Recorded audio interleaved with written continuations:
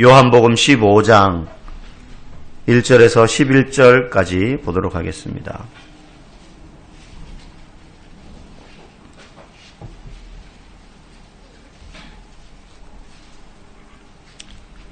요한복음 15장 1절에서 11절까지 다 찾으셨으면 저와 여러분이 한 절씩 교독하도록 하겠습니다. 나는 참 포도나무요 내 아버지는 농부라.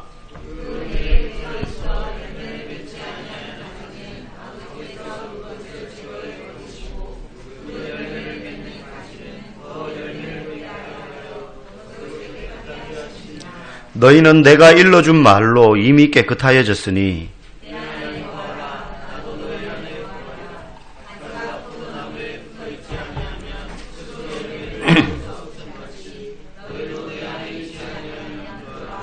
나는 포도나무요 너희는 가지라. 그가 내 안에 내가 그 안에 거하면 사람이 열매를 많이 맺나니 나를 떠나서는 너희가 아무것도 할 수 없음이라.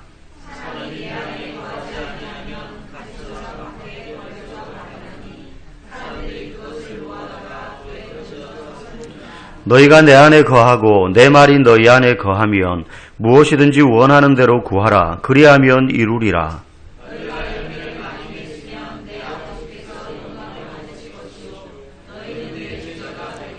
아버지께서 나를 사랑하신 것 같이 나도 너희를 사랑하였으니 나의 사랑 안에 거하라.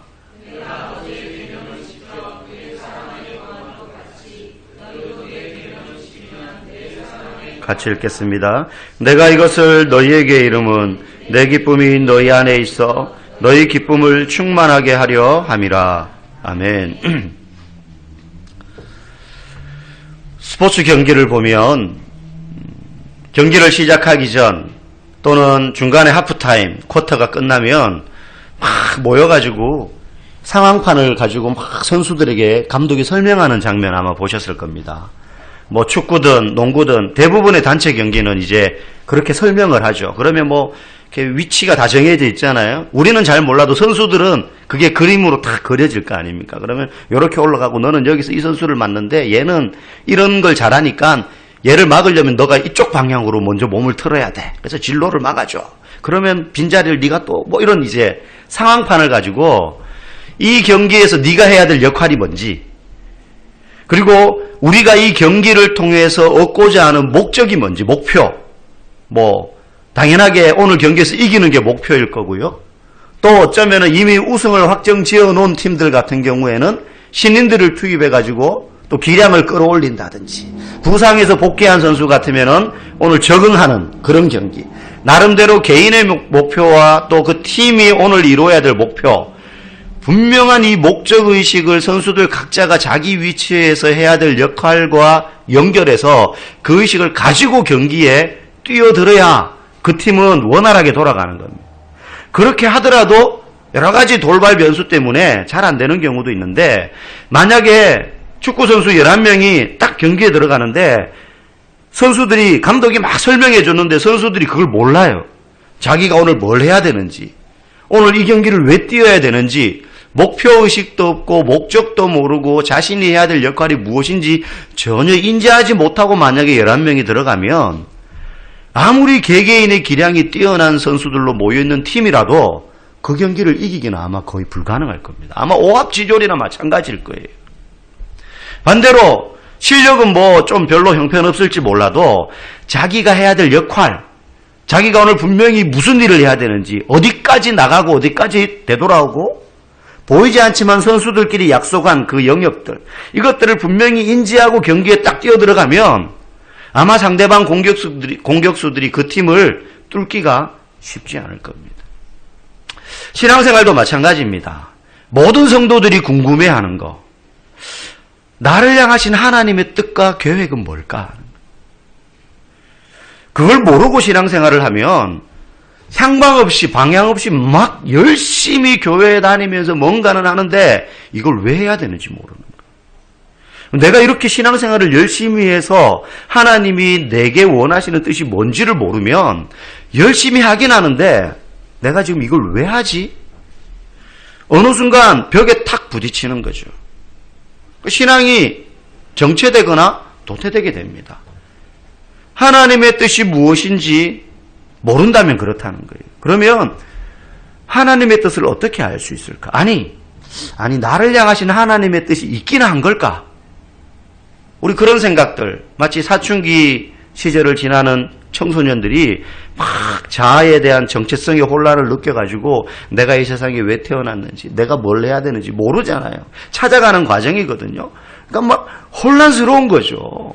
자기가 지금 누군지, 내가 지금 여기서 이 집에서 왜 이러고 있는지, 왜 공부를 해야 되는지, 뭐 하라니까 열심히 하긴 하는데 목적을 모르면 이게 문제가 심각한 거예요. 그래서 우리가 신앙생활 하면서 하나님의 뜻이 뭘까? 나를 향하시. 하나님은 도대체 나에게 어떤 계획을 가지고 계신가? 이걸 아는 것은 대단히 중요합니다. 그러면 첫 번째는 하나님이 나를 향하여 계획을 가지고 계시긴 한 걸까? 성경은 분명히 그렇다라고 말합니다. 근거가 뭐냐? 두 가지 이유가 있습니다. 하나는 하나님은 일하시는 분이기 때문입니다. 하나님은 우리처럼 할 일이 많아가지고 좀 쉬시거나 아니면 피곤해서 내가 좀 자고 일어나서 다시 일할게 이런 분 아닙니다. 쉬지 않고 일하시는 하나님이십니다. 두 번째는 일하신다면 하나님은 분명히 모든 사람에게 목적과 뜻을 가지고 일을 하시는 분이라는 거예요. 이 세상에 존재하는 어떤 물건도 목적 없이 만들어지는 것 단 한 가지도 없습니다. 어쩌다가 아무 생각 없이 디자이너가 만들어낸 거 하나도 없어요. 종이 한 장, 볼펜 한 자루. 볼펜 한 자루 구상할 때 디자이너의 머릿속에는 이 볼펜의 용도와 적합한 목적을 다 생각해서 요런 소재를 쓰고 요런 디자인과 요런 그립감을 가지고 요런 필기감을 가지도록 재료와 이걸 다 구상하는 거예요. 목적 없이 생겨져 있는 건 이 세상에 아무것도 없어요. 하물며 사람이라면 하나님이 사람을 만드실 때 아무 생각 없이 주물딱 해가지고 아니면은 야 이렇게 나 닮은 사람 그냥 아무 생각 없이 만든 게 아니에요. 이 세상에 있는 모든 사람은 목적이 있습니다. 하나님이 만드신 뜻이 있다는 거예요. 에베소서 5장 17절은 그래서 이렇게 말합니다. 그러므로 어리석은 자가 되지 말고 주의 뜻이 무엇인가 이해하라. 하나님의 뜻이 무엇인지 모르는 사람은 어리석은 자라는 거예요. 왜? 분명히 하나님의 뜻이 있는데 그걸 모른다는 거죠. 우리를 향하신 하나님의 뜻과 목적과 계획은 분명히 존재한다는 겁니다. 그런데 문제는 그게 무슨 뜻이냐는 거예요.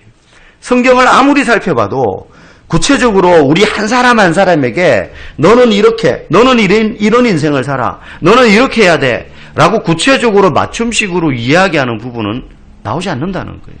성경 어디를 보더라도. 오히려 야고보서 4장 15절 같은 경우처럼 이렇게 말합니다. 너희가 도리어 말하기를 주의 뜻이면 그럼 그 뒤에 뭔가 주의 뜻이 나와야 된다는 거잖아요. 근데 그 뒤에 이렇게 말해요. 우리가 살기도 하고 이것이나 저것을 하리라 할 것이거늘. 그런데 아무리 봐도 그 뒤에 이것저것이 도대체 뭘 말하는지 말을 안 해요.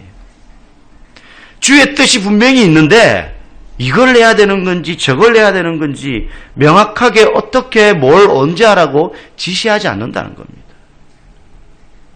성경에 보면 성경에 이렇게 요즘은 소프트웨어가 발달해가지고 단어를 딱 치면 한글은 조금 불명확하지만 영문이나 아니면 그 성경 단어의 원어를 탁 치면 창세기부터 계시록 마지막 22장까지 그 단어와 같은 의미로 사용되거나 의미는 다르더라도 그런 단어가 쓰여진 문장들이 성경 구절이 쫙 나옵니다. 순식간에. 하나님의 뜻 이렇게 딱 치면요. 한 70군데 정도의 구절이 나와요. 성경 전체에서 하나님의 뜻에 대하여 언급한 구절이 70군데가 넘는다는 거예요. 그런데 그 70가지의 표현들을 딱 두 개로 나누어 볼 수 있습니다. 하나님의 뜻이 뭔가? 첫 번째는 하나님의 우리를 향하신 뜻은 우리가 예수님을 닮기 원한다는 겁니다. 아마 이 설교를 들으면서 그런 거 말고 딱 구체적으로 나에게 하나님이 내가 뭘 하기를 원하시는지 뭐 해 먹고 살기를 원하시는지, 우리 애는 무슨 직업을 가져야 되는 건지 그런 식으로 쪽집게 도사처럼 이야기를 해주면 좋겠는데 그런 거 없구나. 혹시 실망하실지 모르겠어요. 그런데 한번 잘 들어보십시오. 성경에 나오는 하나님의 뜻이라는 그 단어 속에 첫 번째 하나님이 우리에게 원하시는 것이 뭐냐면 우리가 예수님을 닮는 것입니다. 우리가 예수님처럼 되는 거라는 거예요. 특별히 신약성경 에베소서 4장은 우리가 예수님처럼 된다는 것이 어떤 의미인지에 대해서 쭉 설명을 하고 있습니다. 에베소서 4장 22절, 23절에 두 구절이 나오는데 짧게 한 문장으로 설명하면 우리가 예수님을 닮는다는 건 진리를 따르는 새 사람이 되는 거다라고 말합니다. 진리를 따르는 새 사람이 되는 거. 예수님을 믿은 다음에 사람이 바뀐다는 거예요. 조금 착해지는 정도를 의미하는 게 아닙니다. 우리의 신분이 바뀌고 우리의 영적인 위치가 바뀌는 겁니다. 죄의 종에서 의의 자녀로, 하나님의 자녀로 신분이 바뀌는 거죠. 그렇다고 해서 그렇게 바뀔 때에 막 우리가 막 빛이 나고 광채가 나고 완전히 새로운 인종이 되는 그래서 뭐 엄청나게 놀라운 일을 막 하고 이게 바뀐다는 의미가 아닙니다. 새 사람이 된다는 건 막 굉장히 고상하고 대단한 존재가 되는 걸 의미하는 게 아닙니다. 그 뒤에 에베소 4장 25절에서 31절에 길게 설명을 하는데 요약을 하면 이런 겁니다. 새 사람이 된다는 건 예수를 믿고 난 다음에 우리가 하는 말들의 내용이 바뀌는 거예요. 어떻게 바뀌느냐? 그전에는 똑같은 거예요. 뭐 먹고 살까? 야, 이게 돈 벌기 좋다는데 자식들 이렇게 가르쳐야 된다는데 요즘 이런 교육 방법이 유행이라는데 이 학원 보내야 된다는데 저 학교 보내야 된다는데 저 동네 이사 가야 되는데 저기 집값이 떨어졌고 뭐 저기가 전망이 좋고 이런데 이제 계속 신경을 쓰고 말을 했다면 진리를 따르는 새 사람이 딱 되고 나면 우리의 말에서 나오는 이야기들이 뭐냐? 사람들에게 진리의 말씀과 장래의 소망에 대해서 이야기하기 시작하는 거예요. 내가 주로 생각하고 말하는 내용이 달라진다는 겁니다. 우리의 관심사가 이 땅에 있는 여러 가지 것들이었는데 하나님 나라의 것들에 우리의 관심사가 바뀌어서 자연스럽게 거기에 대한 이야기들을 하기 시작한다는 거예요. 누구에게? 우리의 이웃들에게. 전에는 이웃들과 야 어디에 땅값이 올랐대 어디에 어떻대 이런 이야기만 하다가 이제는 그게 달라진다는 거예요. 내가 가진 소망에 대해서 말하기 시작한다는 겁니다. 그리고 또 한 가지 이야기하는 게 뭐냐면 고난당하는 자들을 격려하고 슬퍼하는 자들과 함께 슬퍼하고 그리고 이웃을 사랑하는 삶을 사는 것. 이게 새 사람이 된다는 것. 예수님을 닮아간다는 의미다라고 에베소서는 이야기합니다. 그러니까 예수님을 닮아간다는 건 뭐 고상한 희한한 존재가 된다는 게 아니라 우리가 일상을 살면서 이 땅에서 충분히 할 수 있는 일들. 그런데 예수를 믿기 전에는 거기에 전혀 관심이 없었는데 예수 믿고 나니까 이게 너무 눈에 보이고 이게 너무 중요하고 소중한 사명으로 내게 다가오는 거죠. 그래서 그 일하기 시작하는 거예요. 제가 어떤 분이 올려놓은 글과 사진을 봤는데요. 자기 아파트에 항상 이제 오는 분들이 택배 아저씨, 그죠? 뭐 마트에서 물건 배달해 주시는 분들, 또 아파트 청소하시는 아주머니들 이런 분들이 이제 늘 이제 청소를 하고 하루 이틀에 한 번씩은 그런 분들을 보고 또 음식 배달하면 배달하시는 분들 오고 이렇게 하잖아요. 그래가지고 이분이 그리스도인인데 예수를 믿고 난 다음에 내가 예수님을 닮아가는 삶을 어떻게 하면 살 수 있을까? 막 나가서 잠도 안 자고 전도하고 또 그런 은사가 있는 분은 그렇게 하겠지만 이분은 주부고 집에 계속 붙어 있어야 되고 뭘 할 수 있을까 고민을 하다가 이분이 한 게 뭐냐면 아파트 1층 현관에 이제 막 그분들이 비번 누르고 뭐 이렇게 해서 호출해가지고 인터폰으로 해서 들어오시잖아요. 그래서 그 앞에다가 테이블을 요만한 거 하나를 딱 놔두고 그 팩에 든 음료수 쭉 놔두고 그리고 초코파이 그거를 이렇게 쭉 놔둔 거예요. 그래서 앞에다가 메모를 써놨어요. 택배 기사 아저씨, 우체국 집배원 아저씨, 청소하는 이모들 목마를 때 간식으로 드세요. 이렇게 딱 이렇게 막 써놓은 거예요. 그래서 딱 종이를 세워놓은 거예요. 뭐 거기에 뭐 전도지를 놔두다든지 그런 거 전혀 없어요. 예수님을 닮아간다는 게 막 고상한 일하고 엄청난 일 해가지고 이름을 드러내고 이게 아니라 삶 가운데서 연약한 자들, 가난한 자들을 돕고 격려하고 또 그들에게 기회가 된다면 장래의 소망에 대한 그리고 진리에 대한 이야기를 나눌 수 있는 거. 이게 예수님을 닮아가는 거라는 거죠. 이게 예수님을 닮아가는 거. 두 번째 우리를 향하신 하나님의 뜻은 뭐냐? 우리가 예수님과 날마다 동행하는 것입니다. 뒤집어서 예수님은 우리와 날마다 동행하기를 원하십니다. 문제는 우리가 상황에 따라서 예수님을 선택하기도 하고 배척하기도 한다는 거예요. 교회를 나왔다 안 나왔다 한다는 말이 아닙니다. 신앙생활 하는데 예수님과 달리 우리는 예수님을 상황에 따라 취사 선택합니다. 제자들도 그랬거든요.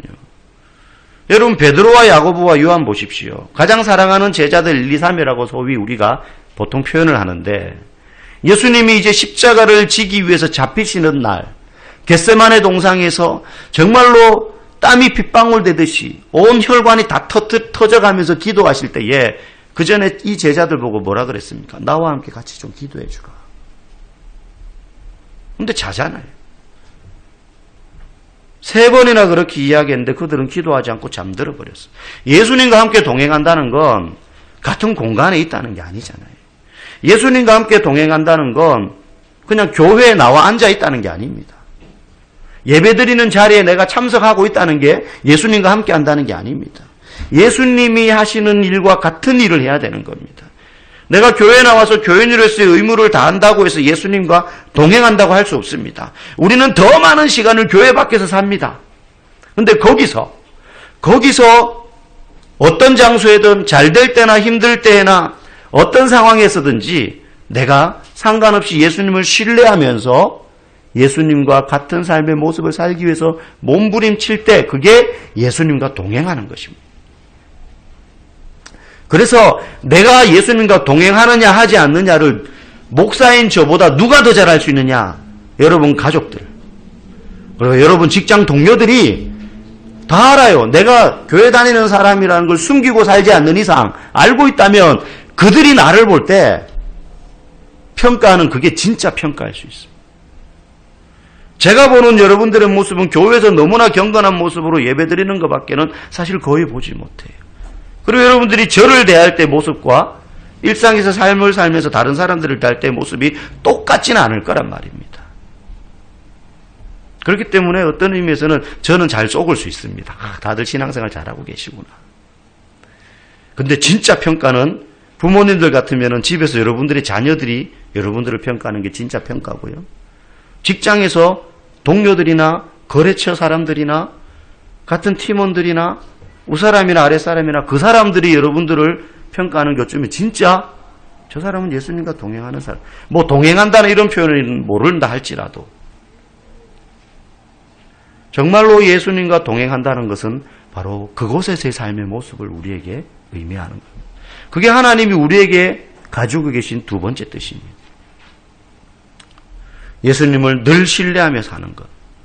예수님을 신뢰하면요, 우리에게 구체적인 지시를 하지 않는다고 할지라도 우리가 생각하는 것처럼 쪽집게로 너는 요때는 이거 해. 여기선 좌회전을 하거라.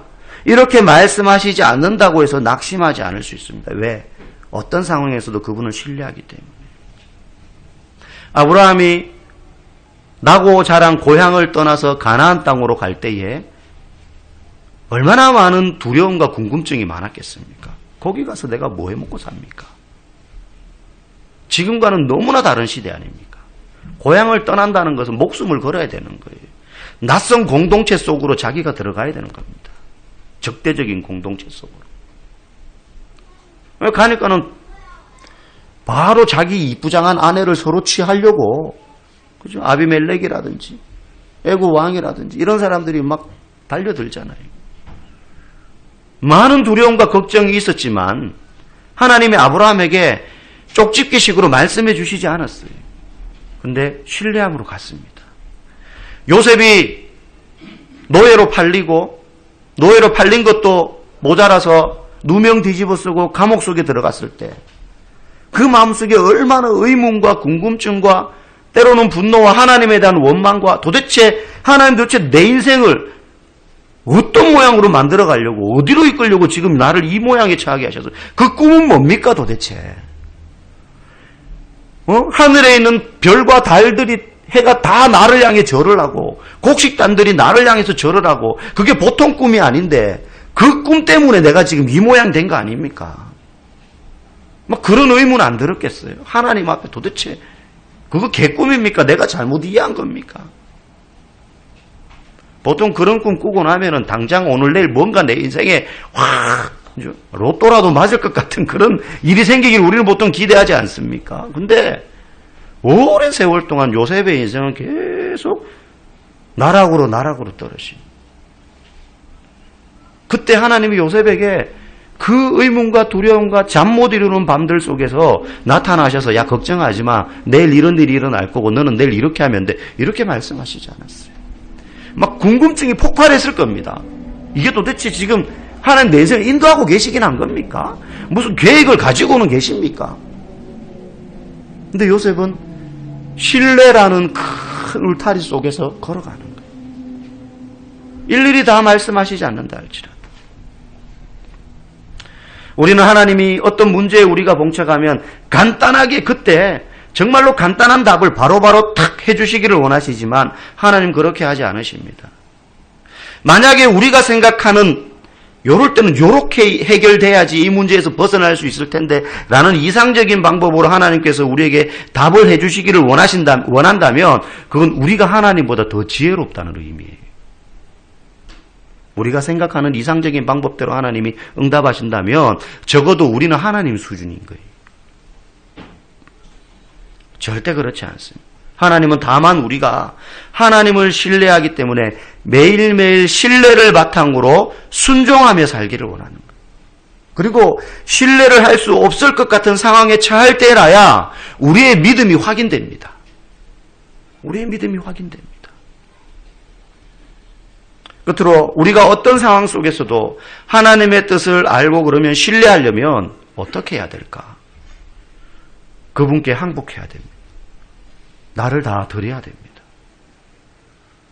저를 주님께 드립니다 하고 두 손 드는 거예요. 오늘 본문은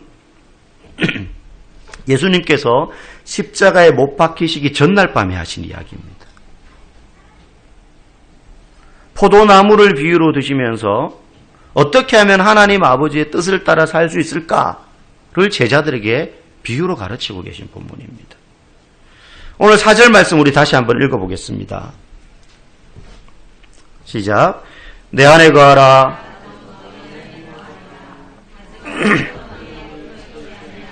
스스로 열매를 맺을 수 없음같이 너희도 내 안에 있지 아니하면 그러하리라. 자, 그 뒤로 우리가 11절까지 읽었는데 계속해서 예수님께서 마치 고장난 라디오처럼 반복해서 하는 단어가 있습니다.